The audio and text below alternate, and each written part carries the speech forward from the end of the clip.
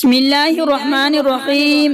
حضرت ابو ہریرہ رضی اللہ تعالی عنہ سے یہ روایت نقل کی گئی ہے، وہ فرماتے ہیں نبی کریم صلی اللہ علیہ وسلم نے فرمایا کہ آدمی کی جماعت کے ساتھ نماز گھر میں یا بازار میں پڑھنے سے 25 درجہ زیادہ بہتر ہے۔ وجہ یہ ہے کہ جب ایک شخص وضو کرتا ہے اور اس کے تمام آداب کو ملحوظ رکھ کر اچھی طرح وضو کرتا ہے، پھر مسجد کا راستہ پکڑتا ہے اور سوائے نماز کی اور کوئی دوسرا ارادہ اس کا نہیں ہوتا، تو ہر قدم پر اس کا ایک درجہ بڑھتا ہے اور ایک گناہ معاف کیا جاتا ہے۔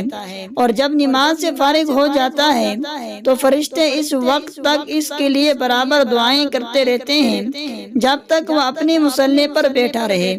کہتے ہیں اللہم صلی علیہ، اللہم ارحمہ، اے اللہ اس پر اپنی رحمتیں نازل فرما، اے اللہ اس پر رحم کر۔